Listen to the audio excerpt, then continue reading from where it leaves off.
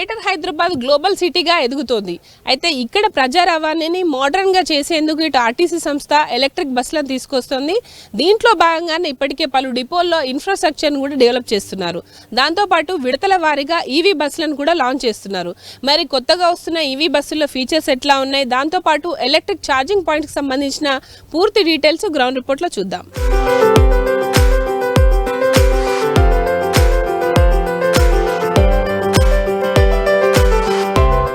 కాంగ్రెస్ ప్రభుత్వం అధికారంలోకి వచ్చాక మహాలక్ష్మి స్కీమ్ని అందుబాటులోకి తెచ్చింది. అప్పటి నుంచి కూడా మహిళా ప్రయాణికుల సంఖ్య రోజు రోజుకు పెరుగుతోంది. దీంతో కొత్త బస్సుల కొనుగోళ్లకు కూడా అదేవిధంగా డిమాండ్ పెరిగింది. అయితే దీంట్లో భాగంగా ముఖ్యంగా గ్రేటర్ హైదరాబాద్ పరిధిలో పొల్యూషన్ కంట్రోల్ చేసేందుకు డీజిల్ బస్సులకు వస్తున్న ఈ పొల్యూషన్ నుంచి తప్పించేందుకు ఈవీ బస్సులను తీసుకొస్తున్నారు. దీంట్లో భాగంగానే గ్రేటర్ పరిధిలో ఇప్పటికే దాదాపు ఎయిర్పోర్ట్ కావచ్చు, సిటీలో కొన్ని ప్రాంతాలకు ఎలక్ట్రిక్ బస్సులు నడుస్తున్నాయి. అందులో ప్రజెంట్ మనం చూస్తున్నాము గ్రీన్ మెట్రో ఎక్స్ప్రెస్ బస్సులు.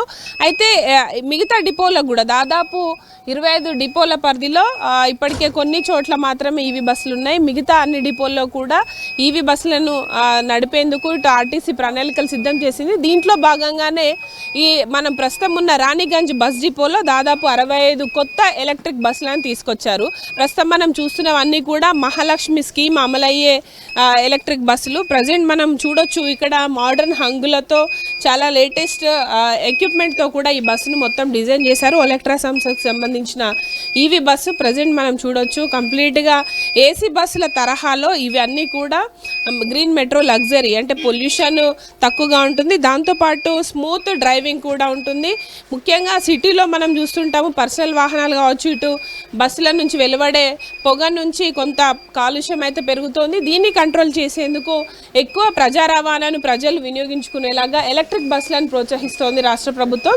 దీంట్లో భాగంగానే ఇప్పటికే 2800 బస్సులను ఈవీ కింద మార్చేందుకు ప్లాన్ చేస్తున్నారు. దీంట్లో భాగంగానే ప్రస్తుతం మనకు రాణిగంజ్ డిపోలో 65 ఈవీ బస్సులు అయితే అందుబాటులోకి వచ్చాయి. ఎలక్ట్రిక్ బస్సుల్లో ముఖ్యంగా ఇటు ప్రమాదాల బారిన పడకుండా, దాంతోపాటు ఇక్కడ ప్రయాణికులు ఎట్లాంటి ఇబ్బందులు పడకుండా ఉండేందుకు ముఖ్యంగా ప్రతి ఒక్కటి కూడా ఇందులో ఎక్కువ సేఫ్టీ ఫీచర్స్ మనం చూడొచ్చు. ఈ ఎలక్ట్రిక్ మోడర్న్ బస్సులకు సంబంధించిన ఫీచర్స్ డ్రైవర్స్కి ఎట్లా ఉంటుందో అడిగి తెలుసుకుందాం. అన్న మీరు చెప్పండి, ఇప్పుడు ఉన్న డీజిల్ బస్సులకు కావచ్చు ఎలక్ట్రిక్ బస్సుకి డిఫరెన్స్ ఎట్లా ఉంటుంది, డ్రైవ్ చేసినప్పుడు ఏమేమి ఫీచర్స్ ఉన్నాయి మీకు? సో మనకి ఏంటంటే కంప్లీట్గా స్మూత్నెస్ డ్రైవింగ్ అనే ఉంటుంది. సో మనకి ఏంటంటే స్టీరింగ్ అడ్జస్ట్మెంట్ కానీ, సీట్ అడ్జస్ట్మెంట్ కానీ, ఆర్వీఎంస్ లెఫ్ట్ రైట్ అడ్జస్ట్మెంట్ కానీ మనకు ఉన్నాయి. అదేవిధంగా మనకు 4 క్యామ్స్ ఇచ్చారు. ఏమైనా బ్లైండ్ స్పాట్ బ్యాక్ కానీ సైడ్ కానీ కెమెరాలు కూడా చూసుకోవడానికి మనకు ఫెసిలిటీస్ అనేది ఉన్నది మానిటర్లో. ఏ విధంగా మన బండి డ్రైవ్ చేసేటప్పుడు చాలా స్మూత్గా ఉంటుంది. మనము కెమెరాస్ కూడా ఉన్నాయి. మనకు డ్రైవర్ ఏం చేస్తున్నాడని ఫ్రంట్ ఎవరైనా సడన్ బ్రేక్ వేసినా ఏం చేసినా కానీ ఇదొక కెమెరా ఉంది. అదే driver view camera, dash cam అంటారు. డ్రైవర్ కూడా ఏం చేస్తున్నాడు, ఏమైనా ఫోన్ మాట్లాడుతున్నాడా లేకపోతే ఏమైనా సైడ్స్ చూస్తున్నాడని అది కూడా మనకు ఉంటుంది. లోపల ప్యాసింజర్స్ ఏమన్నా జరిగినా కానీ, ఏమైనా రాబరీ జరిగినా కానీ చూసుకోవడానికి అది కూడా ఉంటుంది. ఇంకోటి బ్యాక్ కెమెరా ఉంటుంది, రివర్స్లో కానీ వెనక ఏమన్నా వెహికల్స్ వస్తున్నా కానీ చూసుకోవడానికి మనకు తెలుస్తుంది మేడం. ఇది ఈ ఈవీ బస్ అంటే స్పీడ్కి సంబంధించి ఎంత స్పీడ్లో వెళ్ళాల్సి ఉంటుంది? హైదరాబాద్లో ట్రాఫిక్ కూడా ఎక్కువ ఉంటుంది కదా, మీరు ఎట్లా మేనేజ్ చేసుకోవచ్చు? ఇన్స్టెంట్ పికప్ అనేది ఉంటుంది మేడం కంపల్సరీ. దాని ఫస్ట్ గేర్ సెకండ్ గేర్ వేసి ఎక్సిలేటర్ వేయడం అనేది జరుగుతుంది. క్లచ్, దీనికి క్లచ్ అనేది ఉండదు, వితౌట్ క్లచ్ ఆటోమేటిక్ బస్ ఇది కంప్లీట్. ఓన్లీ మనకి డిఎన్ఆర్ అనేది ఉంటుంది, drive reverse neutral. So D నొక్కామంటే డి వెళ్ళిపోతుంది. సో ఎప్పుడైనా సరే మనం ఎక్సిలేటర్ బ్రేక్ నుంచి కాల్ తీసిన తర్వాత లైట్గా ఎక్సిలేటర్ ఇస్తే బండి మూవ్ అవుతుంది. మనం ఎంతైతే ఎక్సిలేటర్ ఇస్తామో అదే విధంగా మూవ్ అవ్వడం జరుగుతుంది మేడం. ఓకే అండి, ఇప్పుడు ఎలక్ట్రిక్ బస్ కాబట్టి ఛార్జింగ్ అనేది ఎంత ఉందనేది తెలిసేలాగా మీకు ఎట్లాంటి ఇన్స్ట్రక్షన్స్ ఉన్నాయి ఇక్కడ? చూపిస్తుంది మేడం, ఛార్జింగ్ ఎట్లా అయితే ఉందో చూపిస్తుంది. ఇప్పుడు 84% అనేది ఉంది ఛార్జింగ్ మనకు చూపిస్తుంది. సో మనకి 84% ఉంది కాబట్టి మనకు 200 కిలోమీటర్స్ వరకు వెళ్ళే ఛాయిసెస్ ఉంది బండి. ఇంకా అండ్ దాంతోపాటు ఇక్కడ సేఫ్టీకి సంబంధించి అనౌన్స్మెంట్లు కావచ్చు, రూట్ అనౌన్స్మెంట్లు, ఫస్ట్ ఎయిడ్ బాక్స్, ఇలాంటివి ఏమేమి ఫీచర్స్ ఉన్నాయి? ఫస్ట్ ఎయిడ్ బాక్స్ అనేది ఉంది మేడం మనకి, ఏమైనా జరిగినా కానీ. ఇంకోటి ఏంటంటే ఏ అగ్ని ప్రమాదాలు ఏమైనా జరిగినప్పుడు కానీ, ఏమైనా ఇన్సిడెంట్గా మనం ఏమైనా ప్యాసింజర్కి దెబ్బ తగిలినా కానీ మనకి ఫాస్ట్ ఎయిడ్ అనేది ఉన్నది మేడం. ఇంకోటి ఏంటంటే ఏమైనా అనౌన్స్మెంట్ చేయడానికి కూడా మనకు అనౌన్స్మెంట్ అనేది ఉంది మేడం. అనౌన్స్మెంట్ చేయడానికి ఏమైనా ప్యాసింజర్స్కి ఏమైనా ఎమర్జెన్సీ ఏమైనా జరిగినా కానీ, స్పార్క్ అయినా కానీ ఇమ్మీడియట్లీ మనం బండి ఆఫ్ చేసి ప్యాసింజర్ చెప్పడానికి ఇది ఒక అనౌన్స్మెంట్ మైక్ సిస్టమ్ అనేది ఉంది మేడం. ఇప్పుడు మనకు హైదరాబాద్లో చూస్తుంటాం చాలా వరకు కూడా రద్దీ ప్రాంతాల్లో ఒకటే బస్సులో ఫుడ్ బోర్డింగ్ చేసి కూడా వెళ్తుంటారు. అట్లాంటిది నివారించడానికి ఈ మోడర్న్ బస్సులలో ఏమేమి ఫీచర్స్ ఉన్నాయన్న? సో మనం ఎప్పుడైతే వెహికల్ స్టార్ట్ చేసి బస్ పాయింట్లో ఆగిన తర్వాత మనం డోర్స్ అనేవి ఓపెన్ చేస్తాం మేడం. డోర్స్ ఓపెన్ చేసిన తర్వాత ప్యాసింజర్స్ ఎక్కిన తర్వాతనే మళ్ళీ డోర్స్ క్లోజ్ చేస్తేనే వెహికల్ అనేది మూవ్ అవుతుంది, లేకపోతే కాదు.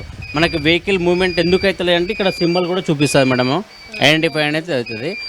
డోర్స్ అనేది ఓపెన్లో ఉన్నాయి, అందుకోసం వెహికల్ మూవ్ కావట్లేదని. ఆ బ్రజర్ సౌండ్ కూడా కంటిన్యూ వస్తూనే ఉంటుంది. ఎప్పుడైతే మనం డోర్స్ క్లోజ్ చేస్తామో అప్పుడే వెహికల్ అనేది మూవ్ అవ్వడం జరుగుతుంది. అప్పటిదాకా వెహికల్ అనేది మూవ్ కావడం జరగదు. Hydraulic madam. పాత బస్సులో ఇలాంటి ఫెసిలిటీస్ అనేవి లేవు. ఆర్డినరీ బస్సులలో కానీ మామూలు బస్సులలో కానీ డీజిల్ బస్సులలో, ఈ వచ్చిన ఎలక్ట్రికల్ బస్సులలో మాత్రం ఇలాంటి ఫెసిలిటీస్ అనేది ఉన్నది మేడం. హైదరాబాద్ పరిధిలో దాదాపు 25 డిపోలు ఉన్నాయి. అందులో ఈ ఈవీ బస్సులను తీసుకొచ్చిన డిపోల పరిధిలో మొత్తం కూడా ఈవీ ఛార్జింగ్ స్టేషన్స్ ప్రధానంగా ఏర్పాటు చేస్తున్నారు. ఇప్పుడు రాణిగంజ్ డిపోలో మనం చూడొచ్చు, కంప్లీట్గా ఎలక్ట్రిక్ సంబంధించి ఏవైతే మనకు ఛార్జింగ్ పెట్టాల్సి ఉంటుందో దానికి సంబంధించిన పోర్టల్స్ మనం చూడొచ్చు.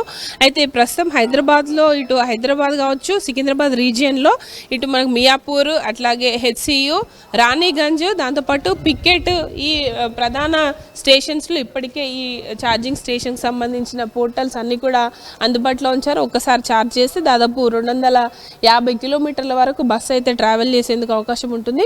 అయితే ఈ ఛార్జింగ్ స్టేషన్కి సంబంధించి మెయింటెనెన్స్ ఎట్లా ఉంటుంది, ప్రస్తుతము రాణిగంజ్ డిపోలో ఎన్ని ఛార్జింగ్ పాయింట్స్ ఉన్నాయి అడిగి తెలుసుకుందాం, డిపో మేనేజర్తో మాట్లాడదాం. సార్, ముఖ్యంగా గతంతో పోలిస్తే డీజిల్ బస్సులకి ఈవీ బస్సులకి ప్రధానంగా ఛార్జింగ్ అనేది డిఫరెన్స్ ఉంటుంది కదా సార్, ఇక్కడ మీరు ప్రధానంగా ఎన్ని ఛార్జింగ్ పాయింట్స్ ఏర్పాటు చేశారు, ఎన్ని అవసరం ఉంటాయి? 25 ఛార్జింగ్ పాయింట్స్ ఉన్నాయి మేడం రాణిగంజ్లో. ఇప్పుడైతే మాత్రం ఇమీడియట్గా యాజ్ ఆఫ్ నో అయితే మాత్రం 9 ఛార్జర్స్ అందుబాటులోకి వచ్చాయి.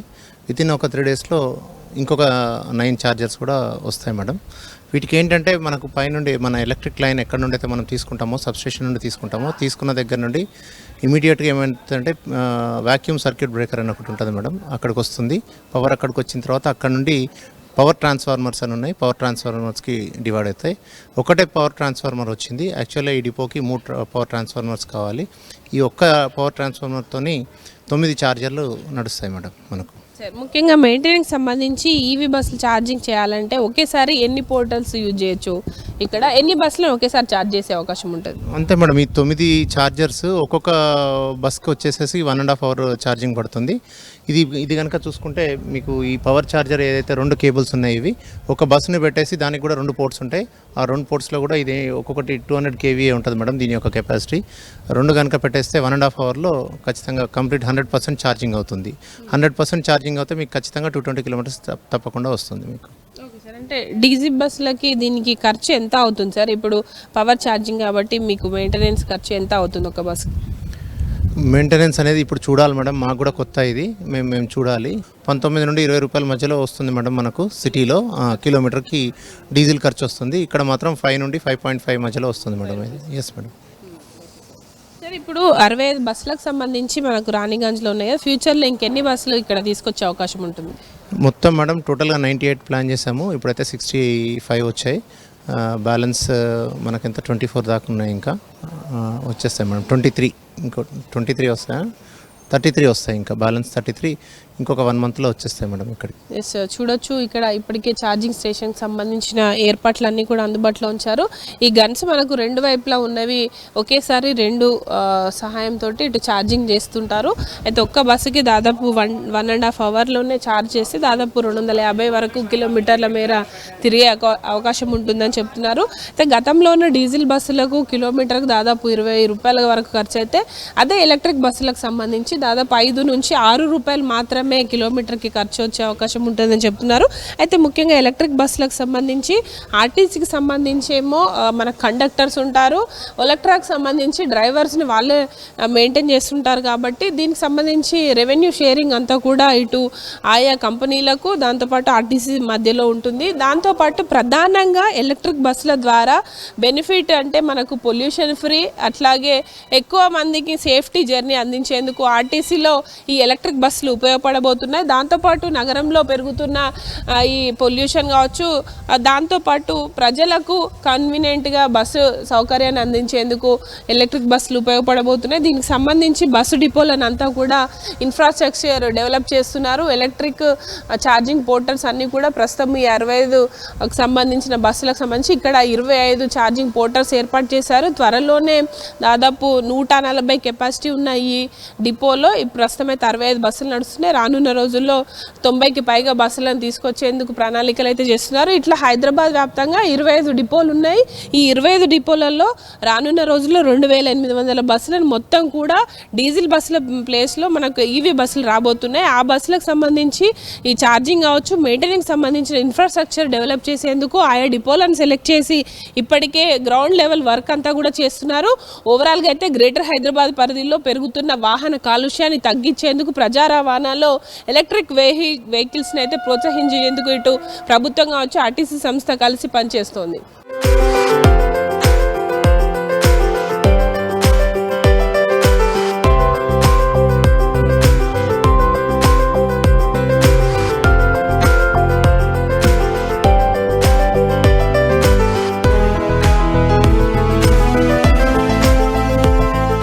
హైదరాబాద్ పరిధిలో ప్రజా రవాణాకు ప్రాధాన్యత పెంచుతూ ఎలక్ట్రిక్ బస్సులను తీసుకొస్తోంది ఆర్టీసీ సంస్థ.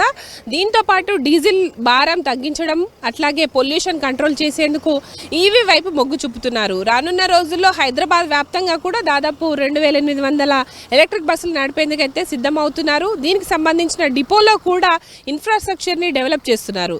ఇది ప్రజెంట్ హైదరాబాద్లో కొత్తగా తీసుకొస్తున్న ఈవీ బస్సులు డిపోలకు సంబంధించిన ఇన్ఫర్మేషన్. కెమెరా పర్సన్ సైదుల్తో హరిత, V6 న్యూస్, హైదరాబాద్.